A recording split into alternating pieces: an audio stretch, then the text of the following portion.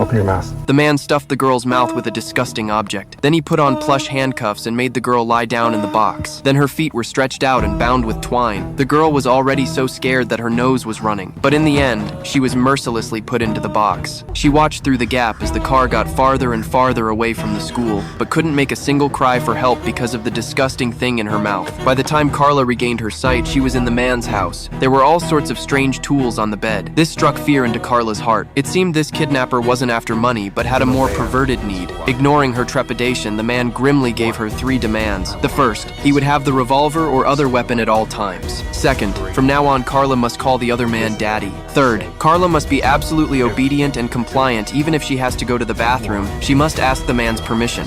Understood.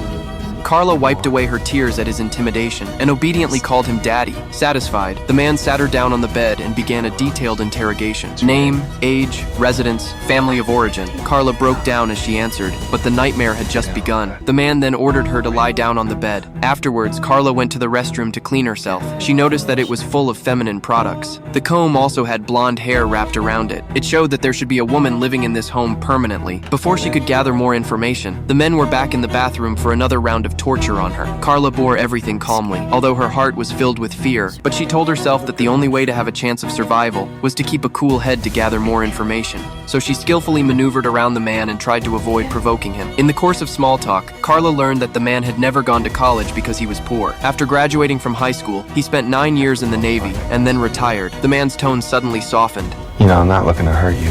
Not if you don't make me. I'm gonna let you go when I'm finished with you.